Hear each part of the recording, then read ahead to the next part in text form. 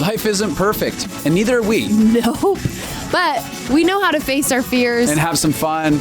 and talk about all the messiest things of life. Like the messiest things. Get connected to yourself, get connected to others, and get connected to the life right in front of you. This is The Connected Life with Justin and Abby. That's me. That's you. And you. So is this where you guys play the intro now? Wouldn't that be so funny if every time we did the podcast, we played the intro for ourselves? No, that's not a funny thing. That's unfunny. That's an unfunny thing. I've had some people both say they love our intro and then And others hate it. are very tortured by it. Yeah. I listen to a podcast. I'm not going to name the podcast. I love the podcast, but its intro tortures me every time I listen to it. Yeah. And I understand why people email us about it.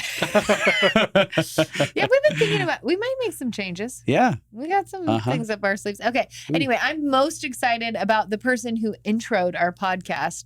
Kyle is on our podcast today, and we're going to have such a good, today is story time, and it is a beautiful, healing, mushy, feel-good story that we are about to hear, which I think is so regulating to just take an hour and listen to a story where you're going to connect to love more. I think that's beautiful. Kyle, for those of you who are just joining us, is married to Rachel, who is one of the consultants that we've trained. She's been with us for 10 or 11 years, and we call her a master consultant in our environment. She is helping us lead the Reclaiming You course that we're currently doing. Kyle is in it. We actually have a lot of couples in it that are involved in our life, and I'm having so much fun interacting with everybody and enjoying that. But so Kyle's here. He's one of the best articulators of emotion and process and his own story. He's phenomenal at communication, and I love being around him. I want to now, forgive me if I kind of expose you in this. So I want to start a few things off to guys, give everyone context for your world. So years ago, I found you jumping into my office with me. Oh yeah, that was an adventure. That was real. And honestly, like, you were so far separated from yourself that you could barely articulate what was going on in the moment inside of you. And when Abby just talked about the idea that you are one of the best articulators, I have come to like see you and listen to you talk about emotions. And I'm like, you are a brilliant communicator at articulating your emotions and the way emotional health works and stuff. I'm actually in awe of you. And that's why I'm wow. I really want people to know, like, this is pretty shocking. And I want people like, This is a miracle. And so if you feel disconnected, there is hope. That's exactly what I was going to say. If you're out there and you're feeling difficulties inside of you, there's things inside of Kyle's story that are going to inspire you and give you hope inside of it. So Yeah. Thank you. That's so kind. You know, I think that feels so real because when I think about our times when I used to meet with you, I'm like, I feel like a different person. Yes. And, you know, often when I think about my relationship with emotional health, my wife doesn't always love it when I describe this way. But I say I have a love-hate relationship Absolutely. with emotional health Mhm. because I know it's not exactly like this, but like my triggers about emotional health tell me, it's so easy for my wife. Like it comes so naturally. She's so vulnerable all the time. Mhm. And for me, it feels like I have to pull my own teeth out to try and talk about my emotions. It's like so torture. It's torture. Mhm. And so it's like I have hated emotional health, but I love the fruit of all of the hard work that has happened, but I've hated every moment of it. What do you describe as like the fruit of it? Well, when I think about like where I was at when I started meeting with Justin, like I was so like shut down, so like locked up, like Rachel, it was recently after Rachel and I had gotten married, and you know we're trying to discover how to be married and live together. It's hard. And we'd get It's into real. conflicts, and you know, for me in conflict, I really shut down and freeze, like to the point where I like couldn't say anything. Absolutely. Like, and I felt like not even that I couldn't even say that I couldn't say anything. Totally. I Just couldn't explain. silence. Yeah. I couldn't even explain what was going on. And so to now feel like where I'm at now 7 years into marriage, and people have like asked for Rachel and I's advice. I'm like, who would want my advice? I can't even talk in an argument. Right. You know, and to feel like my life has changed, you know, even though it has been so painful and had so much hardship to get through that, to find vulnerability, to let love in, you know, all of that work has paid off today. Yeah. Let me share this real quick. I think that so many people can relate to feeling like permanently broken toys. Yeah. And I think that that's something that you felt like historically was a permanently broken toy. And there's a lot of hopelessness inside of that 100%. experience for so many people. So I love that you came out of the place of being what felt like a permanently broken toy. Yeah. And this is a reminder for everybody listening. You're only defeated if you decide that there's no hope for you. Yeah. Every single person can take a step and grow, and it may feel impossible to get to freedom or emotional health or where you're thriving, but it is possible. It just never feels that way when you're in the moment. But I think for you, if you could describe a little bit now what you're like in conflict. Yeah, I mean, today we had a time of reclaiming you, and we were talking about narration. And narration, for me, feels normal now versus, you know, 7 years ago when Rachel and I were dating or first married. It felt like such a foreign and also like scary, threatening experience to talk with Rachel or talk to anyone about like what I was feeling inside or what I was thinking. You know, one of the areas in our marriage that created a lot of conflict is I used to describe myself as an internal processor, but I really just like used that as a way to hide. You know, Totally. Yep. I didn't want to be vulnerable and expose like what I was actually thinking and feeling. I wanted to be vulnerable and expose what I thought she wanted to hear, Yes. or what I felt, you know, I could share that amount, which wasn't actual real vulnerability. Right. Versus now, you know, it's not like Rachel and I don't get into conflict. Totally. We still get into conflict as much as probably Ever. the version of myself earlier would have been like, oh, emotional health will get me to the point where I never have any conflict or pain anymore, which is part of why I hated it. I was like, why isn't this working? Well, they're still having conflict. We're still going through hard things. Exactly. But now, you know, with like letting love in, you know, working to be vulnerable with myself, but also be vulnerable with her. Like when we do get into conflict, it doesn't have to be as scary as it used to be. Like I can, you know, have a lot of emotions come up, or I can have triggers come up, but I can actually share them with her. And we've built like a bank account of safety to withdraw on in like moments of conflict or moments where we're both experiencing high emotions. And actually conflict, to me, rather than being a threat, conflict, I now know, always leads to more safety. Wow. That's a big it's deal. a massive difference. Yeah. Well, me and Justin got to be like first row seats watching you have a pretty radical story of transformation and letting love in and becoming more vulnerable. And that's kind of what you're describing from the before and after. But there's so much that has gone on in that journey. So I thought we'd just start with a little bit of your you got married and then you instantly went into a very big trauma season. Yeah.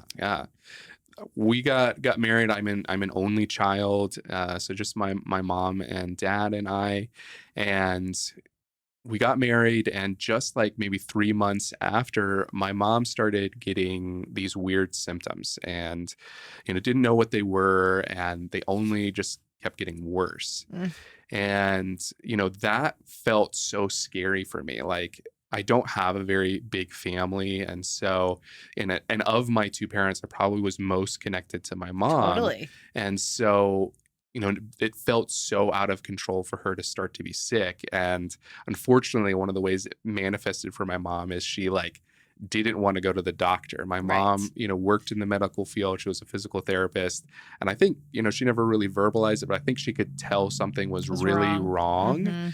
And her own like freeze and fear, like she just didn't want to acknowledge it. And so, you know, that manifested for me. Like, I know like Rachel was, working with you guys, and we didn't tell anyone. Like, I didn't tell any of my closest friends. You didn't tell you guys. It was just like this secret thing, like hanging over us. And, the months go on, and this is all in just like our first year of marriage. I'm feeling consumed and frozen with this fear about my mom. And, the end of the year is coming around, and my mom ends up getting diagnosed with ALS, which is a terminal disease. And again, unfortunately, my mom really frozen. She didn't even tell me. I happened to just get an email from my aunt in the middle of my work day being like, hey, we need to like support Jillian, my mom, with this going on. And I just felt like my world fell apart. Absolutely. Like I just am in the middle of work, looking at my phone, and then I'm like Googling what is ALS. And then I'm like realizing how awful it is, and that it means my mom's going to die.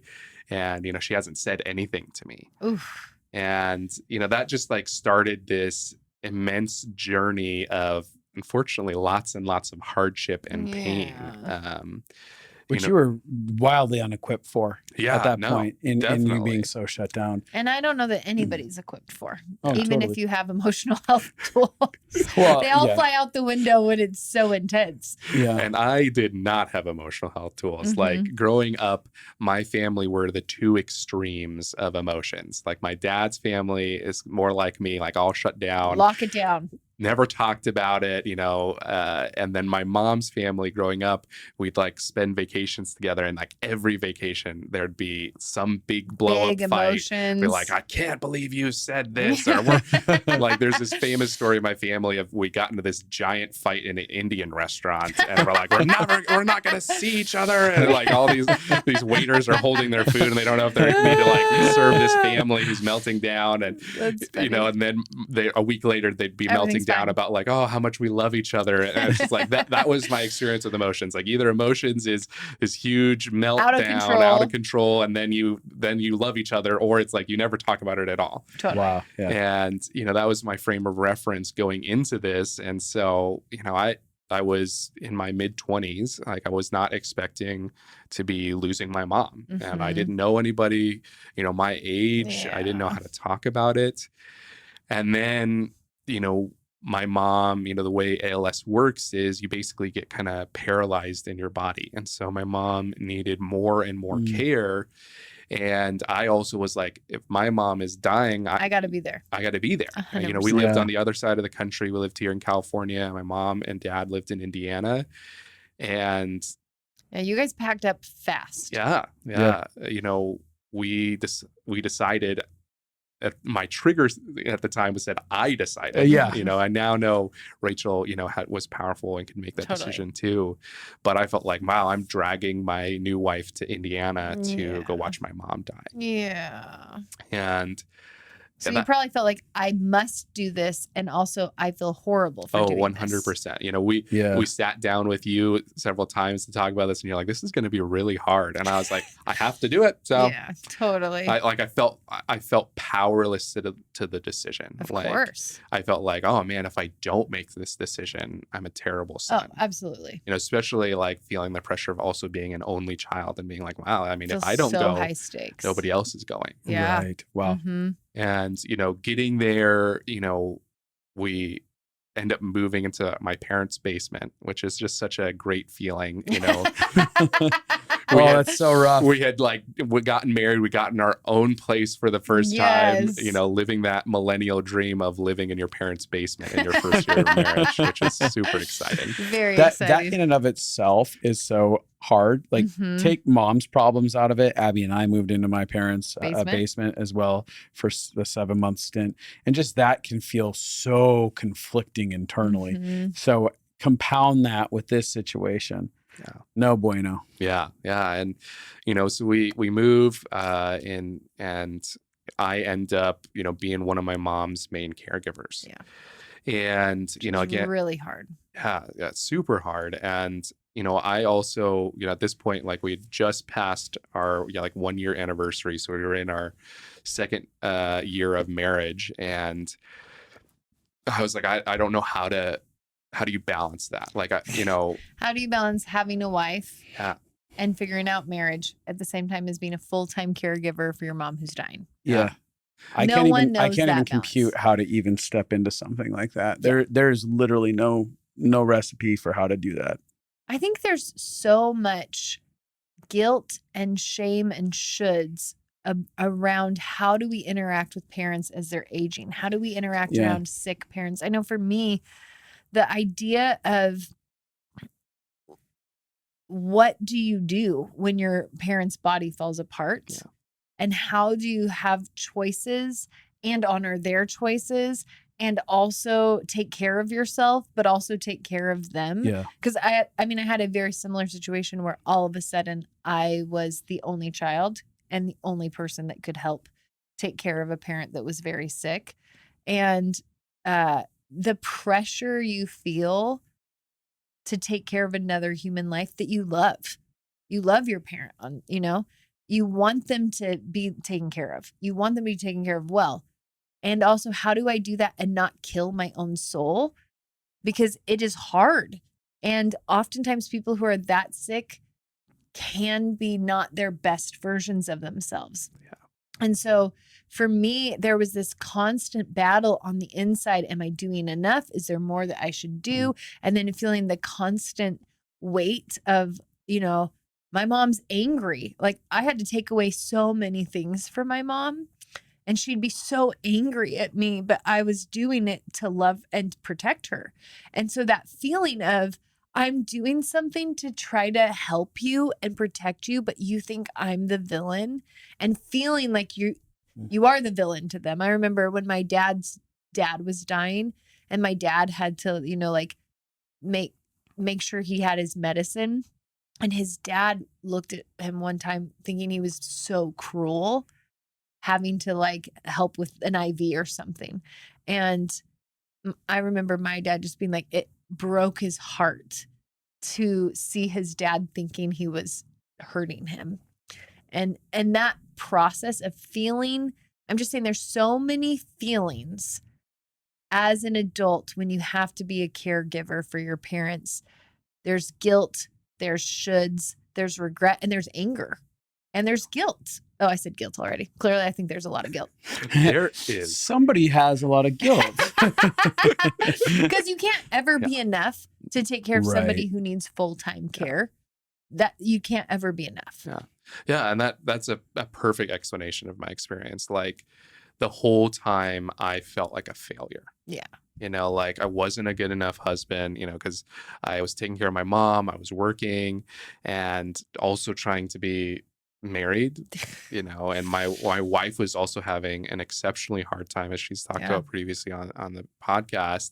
But then I also wasn't being a good enough, felt like I wasn't being a good enough son, melting down about watching my mom die and not knowing how to help her, and she was really angry. Mm-hmm. My mom, as she got sicker and sicker, felt like she transformed into a different person, which makes sense. I mean, I can't imagine the amount of terror and pain it has to feel to slowly be locked inside your own body and every day feel like, oh man, I can't do things that I used to be able to do. And it's a neurological disease, so that actually impacts your emotion and so it's tricky. Yeah. And so, going through that year, the problem was it just got worse and worse. It just got harder and harder. Like my mom needed more and more care, but I'm getting more and more exhausted. Rachel's getting more and more burnt out living there. Mm-hmm. And it just continues to build to a head. Mm-hmm. And, Rachel needed to get out of the experience. And, she would go home every once in a while back to Reading to visit friends. And, this was, 8 months into it. And she went home for Thanksgiving and she texted me, I'm not coming back. Right. Just heartbreaking. What happened for you when she did that? What was that like? I was like, I feel trapped. Totally. Like, what do I do? Like, do I just leave my mom well, she dies. Do I leave my wife in California? You're Like, there's no good There's no option. win. There's no win. Yeah. And that perfectly describes my experience in Indiana is like, there is no way to win. Like, no matter what I'm doing, I feel like I'm failing everybody. Yeah. Like, because Mhm. I'm putting all my effort towards these different relationships. And then I'm also having conflict with my dad. And it's like, I am a failure in everything. And when That's- somebody is sick or dying, every person involved has big emotions. So you are the most likely to have fights with your family because everybody has their own fear, their own grief, their own anger. They feel powerless. When you're watching a loved one be sick, have cancer, have ALS, go through suffering, and you can't fix it, there's this deep sense of powerlessness. And then everyone else is feeling that deep sense of powerlessness. So what we end up doing is releasing our emotions at each other because we don't know what else to do. And when everyone's grieving at the same time, we all grieve differently at different timelines, and that creates chaos. And so I think a lot of families in situations like this, there's so much conflict. Yeah. And that that's so relatable, all of that. Like that sense of I feel like I'm failing everyone and I feel powerless. I think that that's such a human, across the board human experience when you get into these type of situations. And it just like pushed me further into my kind of more natural bent towards shutting down. Yeah. Like I had started meeting with you before, we'd moved to Indiana, and, I was already shut down then. And now I'm like, I am totally locked into myself. Survival is lockdown. Yeah. Just put your head in the sand to make it through this. And so, Rachel ends up, staying in California. I stay in Indiana for 2 more months until it's like, I can't keep doing this. I get to, January or December, and I like have a blow up at my mom, and it's so hard because, my mom is lying there paralyzed, and my wife's gone, and I'm like, I cannot keep doing this. And I tell her, like, she's having some meltdown about something with her health or her body at the moment. And I just tell her, I'm like, if I keep doing this, I'm going to get my gun and I'm going to blow my brains out. And I'm like yelling at my mom, and she's like crying, and I feel like a piece of crap. Totally. And I'm like, oh my God, my mom is like, can't move. And I just told her, like, taking care of her is literally driving me to want to kill myself. Yeah. And, Really what you told her is the amount of chaos that's happening and the amount of powerlessness that we're all experiencing is too much for me. Yeah. Is really what your heart was saying. Yeah. And so that was like the breaking moment for me. I was like, I can't be here anymore. Yeah. And, it's so hard because it's like I'm having that moment, but I'm so disconnected from myself. I'm so disconnected from my family. I'm so disconnected from Rachel. Like, feel in this, You like, just feel alone. Yeah, I feel alone. And I'm in this like dark well of despair, and there's no one I can even tell about it. Like, I had to like close myself off from so many people, because I felt so much self-hatred at the feeling of being at such what I perceived as a failure. It's like, I failed my wife, she's like moved away back home and isn't with me anymore. I failed my mom, like she's dying and she doesn't have this like loving son to take care of her. I'm failing my dad, because we're getting into conflict. I was having conflict with other family members. I'm like, I'm failing everybody. Yeah. And, I just feel so alone and locked into like this despair and depression. I'm going to interrupt really quick. Rachel wasn't gone because she was leaving you, divorcing you. She was just couldn't handle the intensity of what was happening. Yeah, unfortunately. From her own trauma, from her history. Yeah, unfortunately, she had to set a boundary. Like, it had gotten so extreme where, I was, I had abandoned her in our marriage. I was like, all my time was consumed with being a caregiver. And she had to set a boundary of like, I have to take care of myself. Right. And I was just trying to explain she wasn't trying to divorce you by leaving. Totally. Yeah. And so, I end up deciding like I'm moving back, and I moved back to California. And in my mind, I'm like, oh, I am moving back home. I'll be okay again. I'm going to be okay. All my friends live here. And, you know, I believed that time heals all wounds, Totally. or Redding, California will heal all wounds. Yes. That's very deceptive. Very deceptive. And, you know, I get home, and then my mom ends up passing away the next week. And I feel like, man, I missed it by missed it. a I week. could have Right. waited a week. You know, I could have, instead I abandoned my mom and more things to feel shame and feel self-hatred about. And I get here to Redding, and it surprisingly doesn't heal all of my pain. Yeah. Despite what I had told myself. And that just like went from pain to pain for me. Totally. You know, unfortunately, I moved back to Redding, and just before I get there, one of my closest friends moves away. And then I get back, and another one of my close friends is like, hey, I'm actually leaving. So I don't come back to any friends. No. And also at this time is when my wife's eating disorder Is it the really worst? is getting really bad. And, her expression is killing her.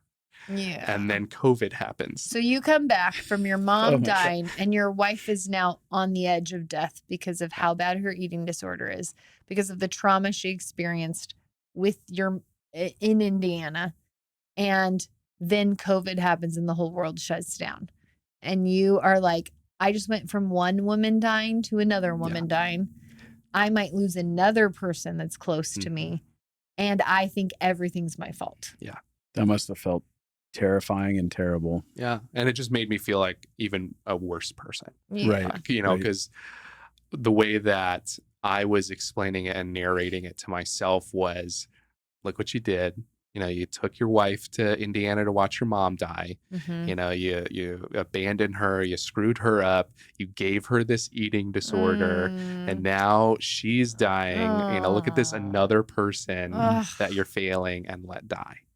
Whew, Yeah, I that feel is heavy. heavy. I feel heavy emotions just listening to you share that. Yeah.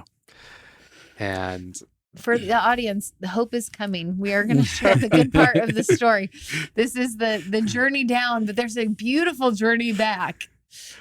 Yeah, I mean, you carried in that season. Like, it makes sense that you felt like Eeyore, like full blown Eeyore mode. Mm-hmm. But when you get the details, and I think that I wanted to make a point of this, we will encounter people in ways that sometimes we don't get the best expression of them. And it's very easy to cast judgment on someone. Mm-hmm. But when you see heaviness, darkness, things like that, there's always a story that precludes the experience that you're having in front of you. And that's where, for me, especially after all the work I've done with people, I have this immense amount of grace and empathy before ever knowing the full story of someone, because I'm always looking, I'm like, if it's this bad externally, it's so much greater, the depth of how bad it is internally for them and the history that got them to that place. And it's so important that we don't assign someone's authentic personality with who we're encountering in a specific season. Yes. Because who you were for a few years, like Eeyore, locked up, depression, shut inside yourself. That was not the most authentic version of you. No, that wasn't was Kyle. the trauma version of you. Yeah. And when we can't recognize, most people's authentic versions of themselves is lovable and relatable and connectable. And if we aren't experiencing that from them, that's typically because trauma has shielded their most authentic personality from coming out. Yeah. And I think that is one of the biggest things that I felt as, we started to work through Rachel's eating disorder, started to try and work on our marriage is, I was like, man, I just don't feel like myself anymore. Totally. It's like, I felt so shut down, and I felt like I shut down like 95% of myself. And I was like, I don't even know who I am anymore after this experience. Of course. After watching my mom die and then watching Rachel go through her eating disorder, I'm like, who even am I anymore? Like, I was like, I don't enjoy the things I used to do. I'm not funny. I'm not like fun. Like felt not like there was. True. You were still funny. Thank you. You were always still funny. Thank you. I appreciate that. But, it felt like the light had gone out of my life. Yeah. And, as as that journey like started going on, and Rachel had started to work through her eating disorder, got into treatment, and the kind of the terror of her dying started to ease. It felt like, now some of the threat started to ease off of me, and I started like the journey of trying to let love in, but I didn't know how, and I didn't think it would ever happen. Like I felt, after that experience, I felt like I'm never going to be the same. Like I'm never going to feel better again. I'm never going to feel whole again.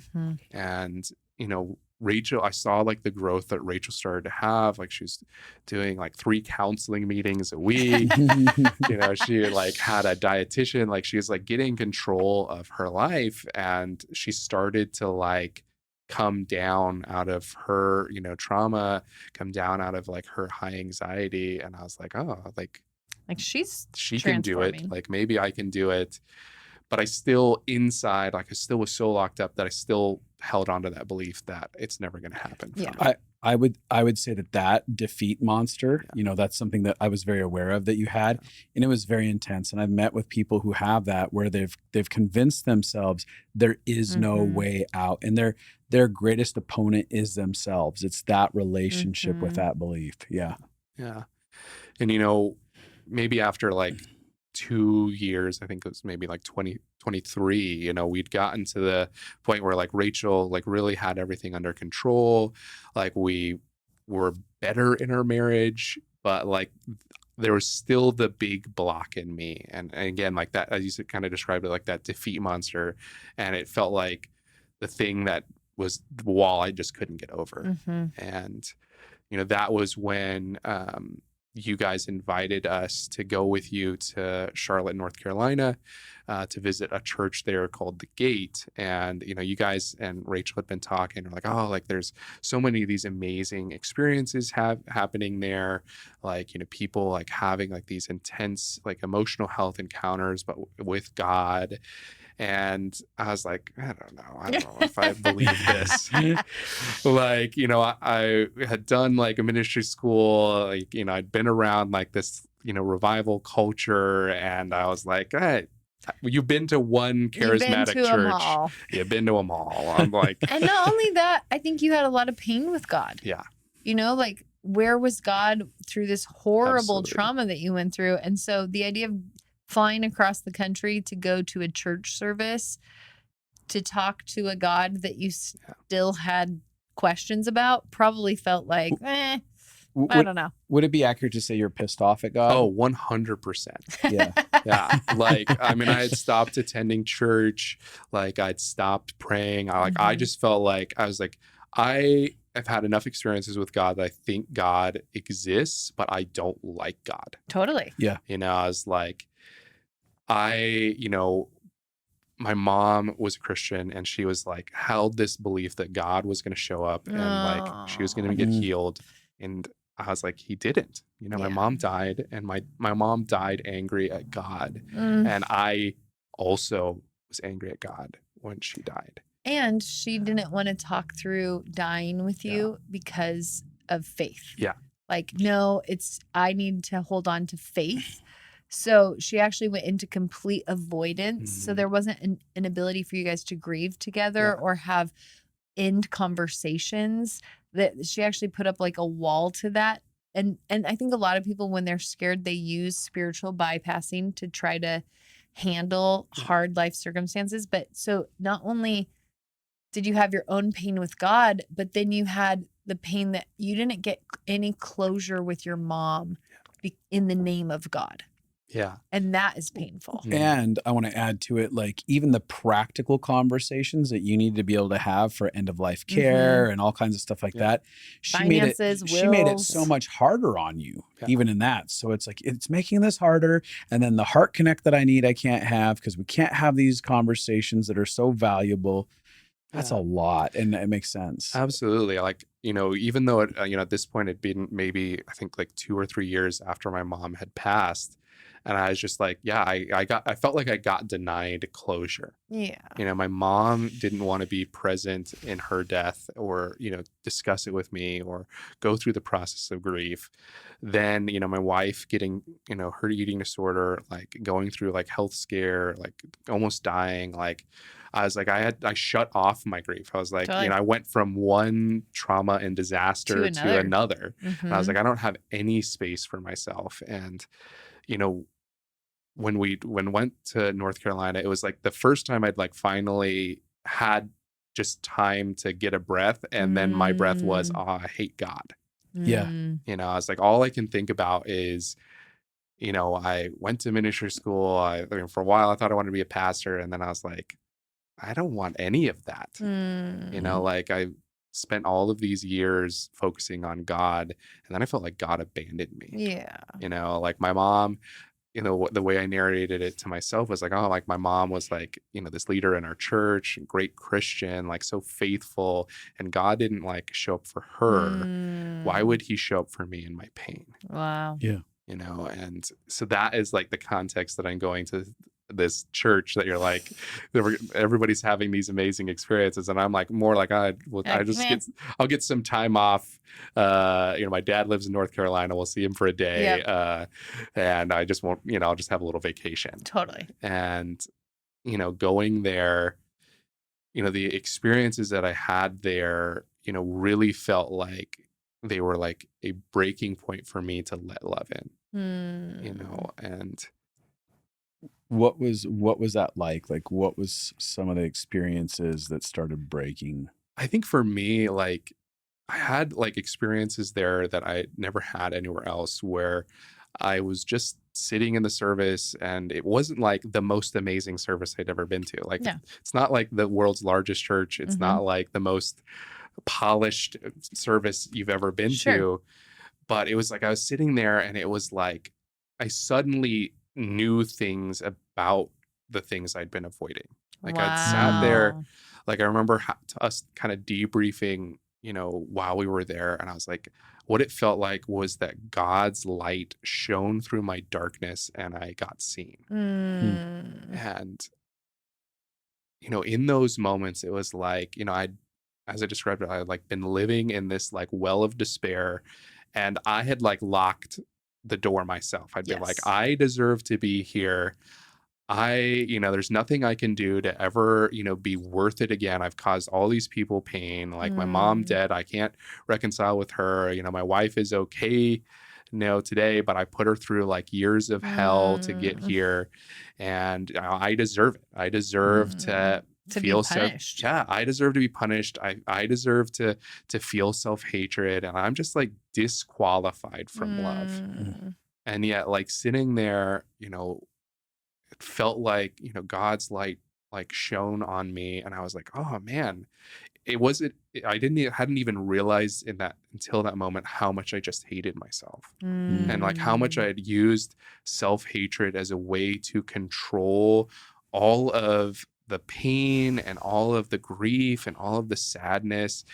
It had been my survival mechanism. Like I was like, oh man, I'm a piece of crap, and that can allow me to make the decisions I need to make it through the day. Like, absolutely. I use self-hatred to get through taking care of my mom. I use self-hatred to get through, dealing with Rachel's eating disorder. And, it had been a tool that I used at that time, but then those traumas were over and the self-hatred didn't end. I want to point out what you're saying, because it's a really huge key that most people aren't aware of. And that is that when we don't know how to feel our feelings, when we don't know how to feel our grief, our sadness, our hurt, our abandonment, we control the feelings by feeling them at ourselves. So the self-hatred. So when I was younger, I did the same thing. There was a lot of crazy things happening in my environment. And so what I did is, instead of processing those things or grieving or feeling about those things, I just turned all the energy of my emotions towards myself into self-hatred. It's like that is a way you can avoid feeling your vulnerable feelings, and you can actually you feel like you're feeling something, but you're not feeling the pain. So we avoid the pain by self-hatred. We push through the pain with self-hatred. And then the events end. The trauma is now gone, but we are still locked in the self-hatred, which actually means we are tying ourselves to the trauma. Yeah. Because the self-hatred was from those events. So when we won't let go of the self-hatred, that means our body is also not letting go of the trauma that the self-hatred started in. Yeah, absolutely. And that's what I like had discovered on this journey is like I was still under that impression that like, oh, like as long as I can just get through the next couple of years, I'll eventually not have the pain of my mom dying. Like I was believing like if I can just shut down, I can just suppress those emotions, eventually they'll go away. But the reality was that I feel like they actually got worse. Yeah. And I like, I had to continue to hate myself more and disconnect more to manage it because it was like this like storm inside of me that was just getting bigger and bigger and required more and more of me in order to keep locked down. Totally. Well, I was going to say, you're painting a picture of the reality of us being our own greatest judge, right? Like you're compounding your pain in every moment. Like these experiences are already painful. Like the loss of someone is painful. A mother having to be in that's painful. There's grief there, but you're compounding the grief because of how you're perceiving yourself and the story that you're telling about yourself. And then after it's all said and done, you're just throwing it on heavier and heavier and heavier. And so that's where we are either our own greatest advocate or our own greatest adversary, and definitely you were so adversarial towards yourself. Yeah, there's two forms of suffering. One is called clean suffering and one is dirty suffering. And clean suffering is the actual pain that you went through. So your wife almost dying, your mom dying, that is clean suffering. The dirty suffering. That means it just is. It's grief that is because it is. The dirty suffering is the meaning we attach to it. I'm the worst. I failed everyone. It's all my fault. I wasn't enough. I could have saved everyone. This is all because of me. Yeah. All of the meaning where we turn it on ourselves, that creates suffering that is almost unbearable for our souls to hold. And that is the suffering that crushes us. It's not always, the events are horrible. Yeah. But the meaning we assign to the events can destroy us. Yeah, absolutely. I was keeping myself in like my own hell. And that's why I think, when I was in Northern Carolina, like I described it as like I felt exposed. It was like suddenly like I had been like wrapped under this darkness and then I got seen and exposed and I was like, oh man, like it was in a moment like truth got revealed to me and I was like, man, I am actually really desperate for love. Like I was like, like I have been like living in this darkness, living in this hell of my own making to try and manage my own pain. And really what I am wanting is love from the God that I hate. God that I am like so angry at, that I felt so abandoned by, and also like reflecting those feelings onto my mom. I'm like, my mom abandoned me by dying. My mom abandoned me by not giving me closure or not allowing me to go through grief with her, not being willing to talk with me. And then, I also directed it towards my wife. Like, I'm, feeling like, oh man, I want to kill myself as my mom is dying. And then my wife has to set a boundary with me and leaves. And I'm like, I feel so abandoned by so many different parts of my life. And it is in that moment that I was actually honest with that. Wow. And that is what starting to let love in was a step for me. Like, the vulnerability of being honest with yourself. Yeah, because I had just made it all about me and what the failure that I was, instead of like being like, actually, there was real pain in that experience. And I was just covering it up with self-hatred of what a failure am I in this experience. I love what you're saying because we often avoid ourselves with self-hatred or getting busy in life or having addictions. Like we are avoiding being honest about the true feelings we have. And oftentimes when we actually face those feelings, a lot of the pressure releases just by the truth being said. And, that started like a really long process, over the last, year or so of just like being honest with the pain and grief of that situation and those situations, and Mm-hmm. then many more in my life, of feeling like, man, like it is actually okay for me not to take 100% ownership of that situation through Wow. self-hatred, which isn't real ownership. It's just Yeah. like I feel more safe with it being my fault than Totally. admitting like, oh man, actually this really painful experience that I didn't have a lot of control over happened to me. Mm-hmm. Yeah. Because self-hatred feels safer because you feel in control. When bad things happen, we turn on ourselves because that gives us a sense of control. So you're like, I feel powerless in this whole area. So the one thing I can control is hating myself. But that doesn't actually make us feel safer. Even though we feel more in control, it doesn't help the safety. And it actually then makes the suffering louder. Yeah, absolutely. And so like I had to like start to choose to be present with that pain in order to actually get love in the pain. Mm-hmm. And that felt like the scariest experience to me because I thought no one would want to love me in that pain. Aww. Because again, like I was viewing it all through like the lens of self-hatred of like, man, I'm a failure. I'm a piece of crap.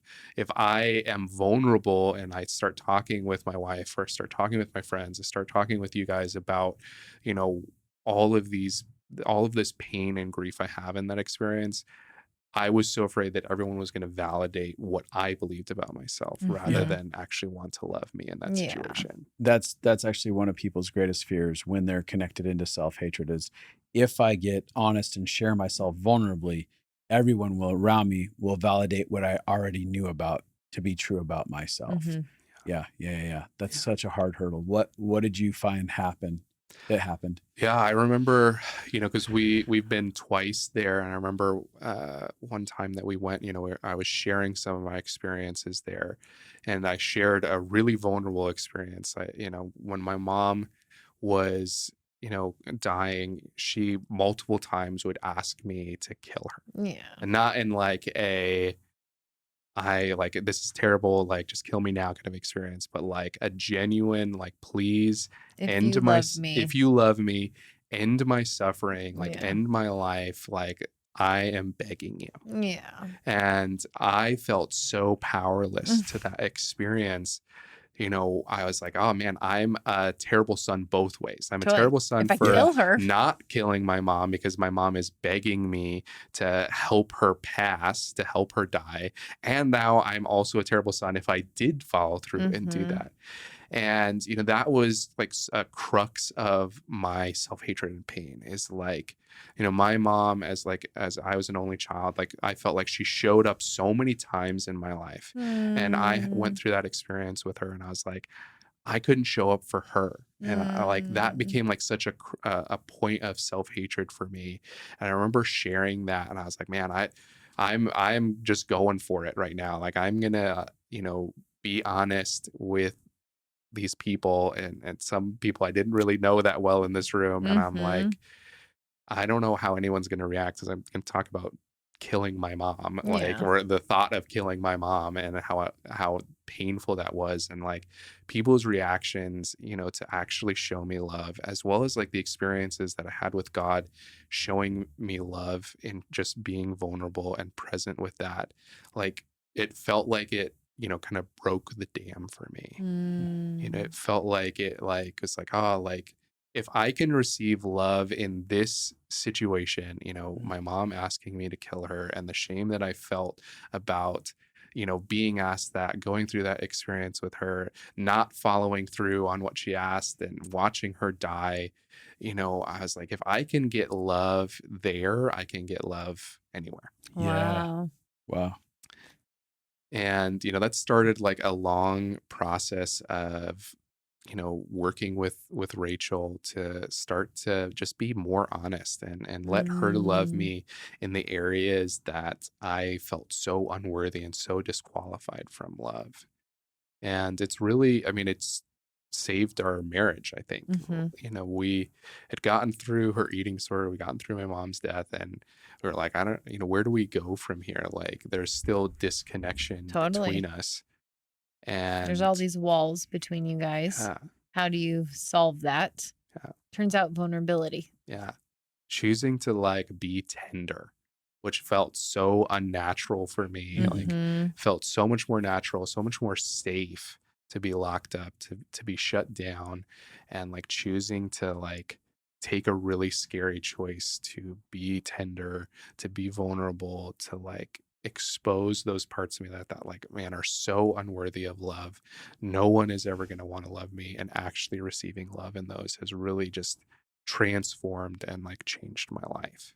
Well, and I know from Rachel, she's not here, but I can talk from her side because she's processed all of it with me. She finally feels like she can connect to you. Yeah. She finally feels like you're human. She finally feels like you're screwed up like her. Yeah. You know, like they're like we're both broken instead of him just being fine over here and having nothing. And there's like genuine intimacy now. Yeah. And I actually think she's attaching more than she even did before you were married. Yeah. Because she's feeling the safety of your warmth and your tenderness. And I've watched that even in our own lives. Like you've opened to love in the last year and a half, where it's just been, you know, like there'll be times where me and Justin say something to love you or whatever, and you actually will see your heart open. Well, I see it impact. Yeah. Like I see it actually landing versus it going over the top of your head. Like before, if I'd given you a compliment, you would have gotten kind of fidgety, anxiousy, and been like, oh yeah, thanks, man. But like when I say something now, I can see it hit your eyes, like in your eyes, I can see something working out down here, and you saying, thank you, that means a lot. It's actually landing. And that's where healing takes place, right? Is when we actually allow love to land. We like people can love us in a million ways, which I'm sure you had people loving on you, but there was no place for it to land until you removed the self-hatred, which was the barrier to the landing strip, and said, I'm worthy of this and I'm going to let it be. Yeah, absolutely. Like the way that I think about it is, and you know, my mom's death and that trauma that I went through just made this more extreme. But even beforehand, like choosing to shut down and disconnect from myself, it didn't give anything for people to connect to. Totally. It's like I'd built up this like wall or this fence in front of me, and I was like, I will give you like 10% of me, and like that's what you can connect with. And I thought like, oh, like that's what connection is like, you know, the parts of you that, you know, you feel okay with, that's what people can love and connect. And yet like going through that experience, like I realized like after it, I was so desperate for love and connection, but because I wasn't being vulnerable, I wouldn't let love in. And it was like, you know, I was like peeking over the fence, trying to get, you know, connection, but nobody could grab onto me. And it's like, I had to take the wall down of self-hatred. I had to take like the wall down of disconnection to actually get what I was so desperate for, to actually allow people to love me in the places that I had closed off from love is actually the path to getting what I was most desperate for. Yeah. And your willingness to take steps, like I think it's pretty phenomenal, even in going to North Carolina originally, because obviously there was all this bubbling up inside of you, the anger, hatred towards God and stuff like that. Even if it was just like, I guess I'll get a vacation going here, but there was still something inside of you, I think, that said, I want to go there. There's a hope inside of me that maybe I'll encounter something. Little tiny baby hope. This little baby hope inside of you. And there was something about you saying, I'm going to risk just that much. And I think that some people think that there have to be grandiose gestures for change to happen, but it's these tiny, like baby steps that we take that we're just something inside of us says, okay, I'm willing. I'll give it a tiny yes. This is all I've got. And honestly, at the end of the day, you didn't make a bunch of stuff happen. You just showed up and you were present inside of that space, and your yes inside of you was enough for something to flood in. Well, and it was a little baby yes after little baby yes, because I remember we would, after the services, we'd go out to eat and we'd debrief, which is just like, oh, what did you feel or what happened for you during that service? And we would all share. And Kyle was like, I hate this. I hate talking about my own feelings. I hate using words for it. But then you would do it anyway. And both trips, there was that thing of like, even just you being honest this is what came up for me. This is this moment that I had. And then the dialogues we got to have with you began to be a place where healing and love could be, because you weren't just keeping locked inside. Yeah. I I was was just going to say your willingness was brave. Yeah. And I think that was the key, because it's like in my life, like you can have defining experiences. And I think for me, like those experiences in North Carolina were a defining experience for me, but I had to keep making the choice after. Like I've had other experiences where I'm like, wow, like this is so impactful, but it doesn't change the actions that I take.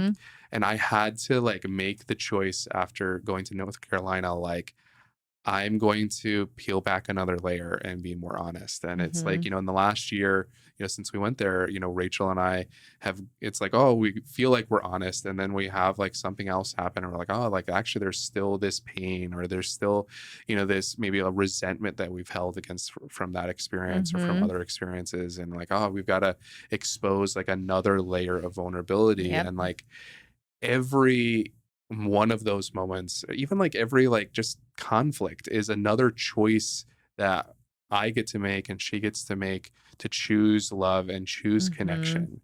Like it wasn't like, again, like I would love it if it was just like, man, I went to North Carolina and then I never, bam, I was fixed. I'm loved. Here we go. I don't have any problems, because that's what I've always wanted emotional health to be. You know, it's like we all want it to be that way. That's also why everybody loves charismatic churches, is they're hoping for that magical moment, quick fix, where God fixes everything in their life. And I was just like, man, this gets to be the moment of just being perfect again, because that was ultimately a way for me to feel safe. Is like when I first got exposed to emotional health, I was like, oh, this is the way for me to be perfect, to never have pain ever again. But over the last year of, you know, choosing these experiences, I've realized like actually the way towards wholeness is like choosing to be honest with the pain, choosing like those moments of uncomfortability, those moments of vulnerability, because that's what leads to more love. And yeah, I may never be perfect. I will have experiences of pain, but in those I get to choose whether I choose love or I choose disconnection. Absolutely. And I've actually seen you. So you came, what I love is, it wasn't even that there was one specific moment in North Carolina. It was just that it like kind of took the lid off of that dark room, and then you would peek out over and over. And so I've seen multiple times where you've hit like that lid again, but then you've chose to let people in instead of locking people out. And so now it feels like there's more and more momentum for love than there was before then. But is there any other moment that you feel like that you want to share about connecting more to love? I think for me, like, you know, I had to connect with love for myself. I connected with love, but then I also had to choose connection with God, like, because I had so much anger with that I had to like process and choose love of like, it felt so much easier to maybe open myself up to people than it did to God. That makes sense. And then also like, I remember an experience that I had with you, you know, because my mom died and I was like, we're never going to get to process that. You know, I was like at a point in like, where I was like, I don't know, you know, what I believe about death or the afterlife, but my mom's gone now. And that is how it ended. And I remember you talking with me about like, you know, my mom living in eternity. And I think the moments for me over the last year of thinking of eternity has really been a really important part of letting love in for me. Is like in my pain and the trauma and like the unsafety that I felt, was like this moment felt like all there is, and this moment felt really scary. And now this will be forever. Yeah. And like whatever decision I make now is so high stakes because it's a decision forever. And I think thinking about like, wow, like there is more than just this moment, and thinking of eternity and thinking of my mom getting to experience like perfection and love in eternity, like has helped me like be more okay with taking a little bit lower stakes with every single moment and choosing to, you know, be okay. Like, oh man, I may not be perfect right now, or I may not have a perfect understanding or, have perfect vulnerability, but it's like, it's not just this moment. I'm going to have more moments to make those choices. I know That's so for good. me, with my mom, the idea that one day she'll know, like, I genuinely believe that we get to kind of go through like a life review when that's what I think. Who knows? We can't all be certain about it, but I kind of imagine that we get to reconcile with ourselves and with the people in our stories. And so I often imagine that my mom, in her most loved self, will get to come back through our story and see all the ways that I loved her and the ways that I cared and the ways that I was carrying her, no matter what my actions were, that she could actually see what my heart was through the process under all of the fear. Like, I think we'll get to see each other without the fear and the self-protection. And I think I will get to go back and see how I impacted her, but also see all of the ways she was caring and loving me under all of her fear. And the idea of getting to see each other in truth and believing that there's more truth about me than just my self-protective reactions has been really, that's one of the ways that I have survived my own process. Yeah. I think for me, like, choosing to take that perspective has also helped me kind of get over the feeling of like the recency bias. It was like my most recent memories and experiences with my mom were of her dying, of her being angry, of her being in so much pain and everything that went along with that. And choosing over the last year to like look at letting love in, taking a more eternal experience is like taking the pressure off of that. Like, it's like freed me up to be like, that's actually not the defining moment of my mom's life or her experiences with me. Like, actually, that was 2 years of her life. Like, I had 23 she other has years. so many years with you that she just loved to love you. But, when I had that high stakes mindset, it was like those 2 years were the most important years, right? And it felt like it erased the 23 years of love that I did have. And it's like going through this process has helped me connect more with the huge bank account of love that my mom did have with me. And it's like, yes, like there's still those painful experiences there. It doesn't change that happened, but that doesn't have to be my only frame of reference for my mom. It's really remarkable because when we aren't honest and vulnerable, then we miss all of the truth that the people around us are carrying for our own stories. And so I know for me, when I'm vulnerable, you get to hear truth from other people. And that's what I've seen be one of the things that has unlocked for you is you've shared your fears and then you've gotten to experience other people's perspectives, which has broadened your perspective to include more love and hope. And I think that's really powerful. And I think from watching you, like, you are so much easier to connect to now. Like, it's really fun to be around you. And it's not because I think your personality changed. It's not like, oh, Eeyore's gone, now I can be around you. It's actually just because there's something to connect to, because you are connected to yourself and because you are sharing yourself now. Yeah, I wanted to say, like, as you've been in this journey, there's been many conversations where I'm like, with Abby, where I'm like, I finally get to see Kyle. And I love Kyle. Like, I just didn't see Kyle. I didn't have a chance to see him. And, you were talking early on in the podcast about how you were like, what happened to my funny and my fun and that stuff. And I see this vibrancy that comes out of you as you will just start joking and playing. And there's a lightness, and all the years of heaviness, like, just feel like they're washed away. Doesn't mean you don't have heavy times. Doesn't mean you're not still working through stuff. But as you've been embracing love, I feel this unfiltered expression of who you truly are at coming to the table. And it's so delightful to be around. So I'm really thankful that you've gone on this journey, because I'm thankful that I get to experience you. And I think for people who are listening as we're wrapping this up, like, there may be some really rough seasons that you've been in, and you may have been allowing those seasons to define you, like your experience that you're having inside of it and how you're expressing yourself. But how you're expressing yourself in pain and trauma doesn't define who you actually are. And I think for you, Kyle, there's a sense of you've been rediscovering yourself. And I think that, and maybe discovering parts of yourself for the first time in the process. And there are some of you out there that might, like, this might be the story that you hear and you go, I want to find out who I really am. What is it about me that I've been missing? What was lost inside my innocence as a little kid before all of the messiness of life hit me?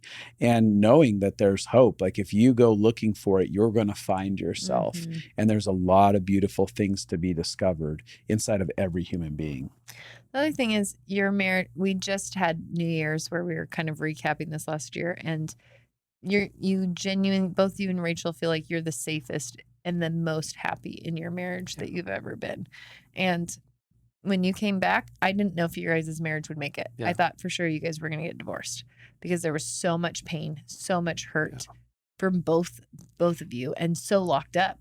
And to see you go from that extreme to being the safest attachers you've ever been, to be the happiest in marriage, the most fulfilled that you've been. Obviously not perfect, but I think it's a very hopeful story that you can be locked up and you can come back to life. And your story is a process of like being numb and like kind of slowly thawing, and every thawing. And like, I think about so many moments of even like maybe us telling you something that you love about you and you actually crying because you let it impact you. Or like I sent you a song after we came back and you actually let that song about love impact you and you felt it.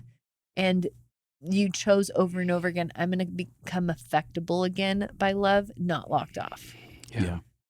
And the other thing is you did make a choice. I actually need a God of love. I need something that loves me when I have so much self-hatred. Yeah. And I think that was a big choice because I think it was like you weren't even sure if that's who God was, but you recognized I have a need for a source of love outside of me. Yeah.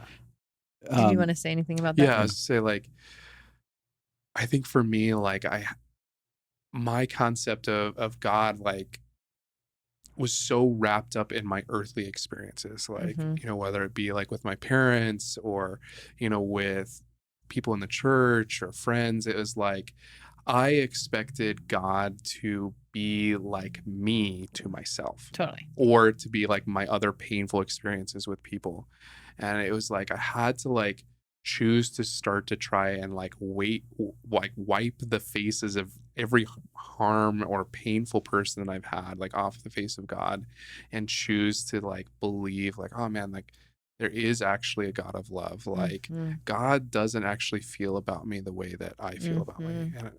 And I always knew that in like my head, but like choosing to actually like be vulnerable, not just like with myself or be vulnerable with you guys or with friends, but like also to be vulnerable with God and like open myself up to being honest with God of like all of this pain or like this feeling. And like, I'm going to be real about it, and choosing to like let love in those kind of moments, you know, is really like helped me embrace that belief. I love that. Yeah.